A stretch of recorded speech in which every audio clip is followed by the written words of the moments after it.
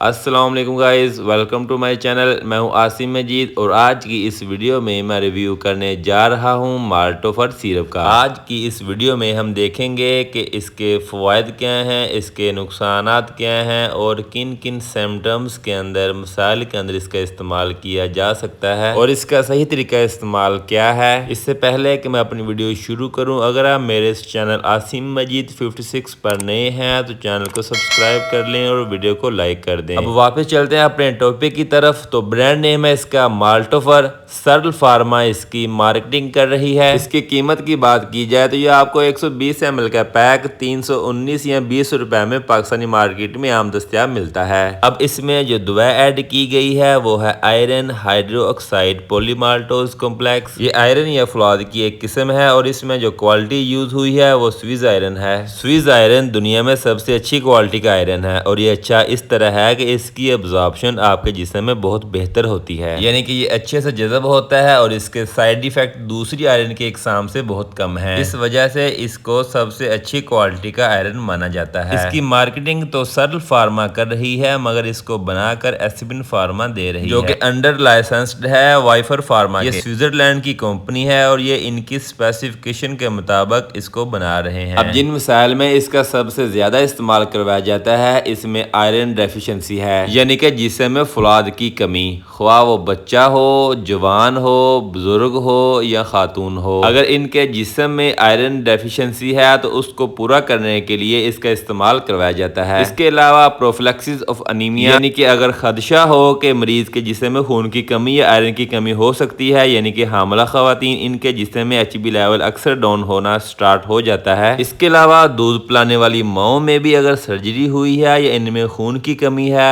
Iron deficiency ہے تو ان میں بھی اس کا استعمال کروایا جاتا ہے۔ اس کے علاوہ بزرگوں میں یا اگر کوئی ایسا علاج چل رہا ہے جس میں خدشہ ہے کہ آنے والے ٹائم میں مریض کے جسم میں آئرن ڈیفیشنسی یا خون کی کمی ہو سکتی ہے، HB لیول لو ہو جائے گا، تو ایسی کنڈیشن میں بھی ڈاکٹر احتیاطاً اس کا استعمال کروانا سٹارٹ کر دیتے ہیں تاکہ خون کی کمی نہ ہو۔ اس کے علاوہ آئرن ڈیفیشنسی انیمیا میں، یعنی جب ہمارے جسم میں آئرن کی کمی ہوتی ہے تو خون کی کمی ہونا سٹارٹ ہو جاتی ہے، HB لیول لو ہونا سٹارٹ ہو جاتا ہے، تو ایسی کنڈیشن میں بھی HB لیول کو مینٹین رکھنے کے لیے اس کا استعمال کروایا جاتا ہے۔ اب بات کرتے ہیں اس کے نقصانات کی، تو بلیک سٹول یعنی پخانے کا کلر بلیک ہو سکتا ہے۔ آپ جب بھی کوئی آئرن کا سپلیمنٹ استعمال کرتے ہیں تو پخانے کا کلر چینج ہو کر بلیک ہو جاتا ہے۔ اس کے علاوہ آپ کو کانسٹیپیشن یعنی قبض کی شکایت ہو سکتی ہے یا پیٹ میں درد ہو سکتی ہے، یا اگر آپ الرجک ہیں تو آپ کو الرجی ہو سکتی ہے، ہائپس کی شکل میں یا دانوں کی شکل میں یا خارش کی شکل میں یہ ریاکشن ہو سکتا ہے۔ اب بات کرتے ہیں اس کے طریقہ استعمال کی، تو اس کا تعین آپ کی کنڈیشن، آپ کے ویٹ اور آپ کی عمر کے مطابق ہوتا ہے۔ عمومی خوراک کی بات کی جائے تو 1 سال کے بچے کے لیے